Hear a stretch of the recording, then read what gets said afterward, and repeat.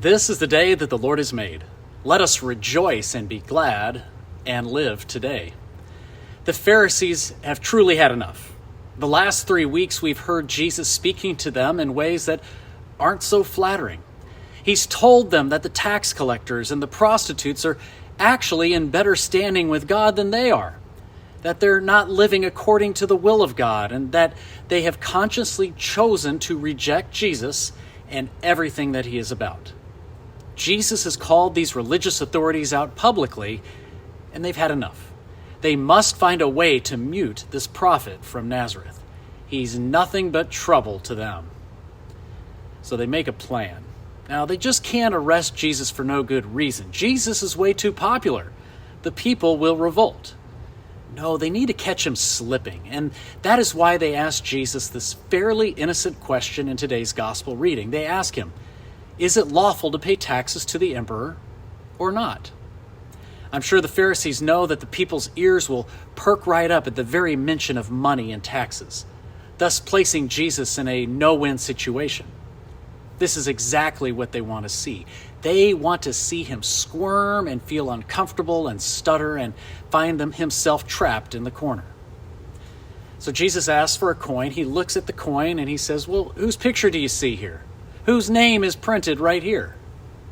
My guess is that there's a bit of hesitation to respond by the Pharisees. I mean, they're probably thinking, wait a minute, this is too easy. Is this some kind of trick question or something?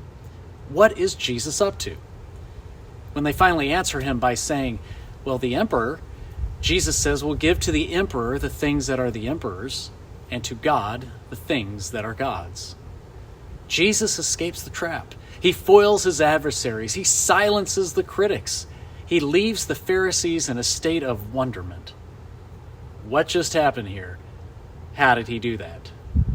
Jesus makes the truthful statement that we have the responsibility for each other through our government, but we also have a responsibility to God through our faithful response to the good things that he has given to us.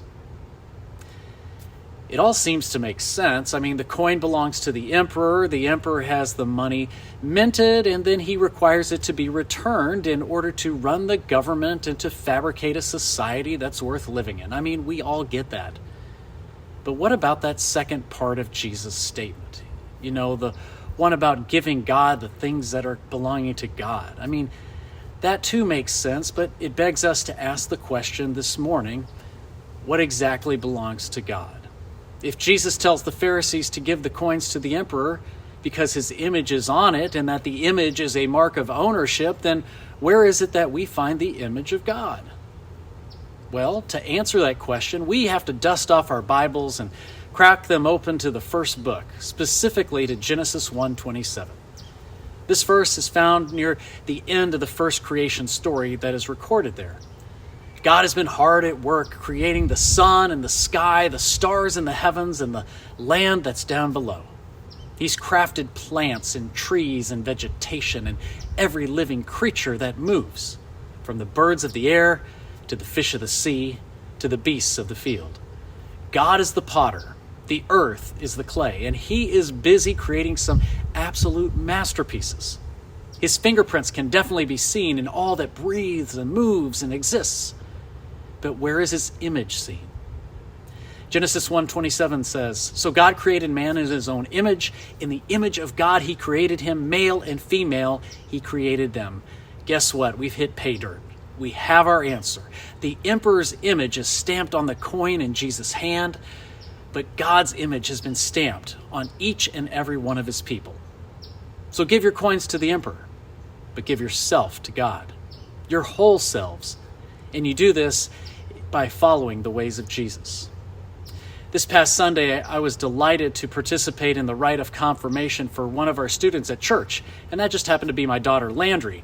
Now, this ceremony is widely known as the affirmation of baptism. At Landry's baptism, Lindsay and I and Landry's godparents, Ben and Beth, made a promise to help raise Landry in the Christian faith and life. Now, after 3 years of confirmation class, Landry is ready to affirm those same vows that we made on her behalf. She will say that she believes that she is a child of God, loved by God and claimed by God as one of his own. She's ready to say that she wants to give herself to God in her daily living by following the ways of Jesus. Now, it's quite interesting to see how this process of confirmation has evolved over the years. My dad, who is a retired Lutheran pastor, tells the story of the first confirmation ceremony that he did in his first church in Lake Charles, Louisiana, back in the early 70s. Now, the congregation was all excited for the day because in the past, they were able to quiz the students as they stood in front of the congregation, just to make sure that they've learned enough and were ready to be confirmed. Well, my dad said, "We're not doing that this year. No public quizzing will take place." Now, this didn't sit well with some of these folks. I'm sure that some of them had been busy writing questions to try to stump some of these students. My dad kind of sensed this resistance, so he said to them, okay, you may ask questions of the students. However, once you're done asking your questions, then the students will have the opportunity to ask all of you any questions that they want. Needless to say, the congregation didn't quiz the students that year or ever again. One thing that I tell our confirmation students prior to being confirmed is to remember that it doesn't matter how much you know or remember. I assure them that even I don't know everything that we should know. On our Christian journeys, we're always learning and we're growing daily, and that is the beautiful thing. The only thing that matters for Landry as she's being confirmed, and for all of us too, is that we want to be in a relationship with Jesus. All the stuff that we learn in Sunday school and in confirmation class and in Bible studies, that all helps to inform the decision. It makes it a little bit easier. But all that truly matters is if you want Jesus in your life, that you want to have our sovereign God looking over your life, granting you grace and mercy and forgiveness and love. All that matters is that you want to be in this relationship that begins now and that continues through eternity. The question is being asked of Landry, it's being asked of all of us as well. Do you believe that you have been made in the image of God, and therefore you are ready to give yourself to God?